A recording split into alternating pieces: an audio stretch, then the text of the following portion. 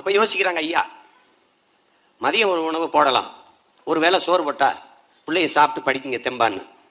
அதுக்கு பொருளாதாரம் இல்லை, பணம் இல்லை. அதிகாரிகள் என்ன சொல்றாங்க, அவ்வளவு காசு இல்லைங்கய்யா. அப்ப ஐயா சொல்றாங்க, இருக்கிற வரைக்கும் போடுங்கன்னு.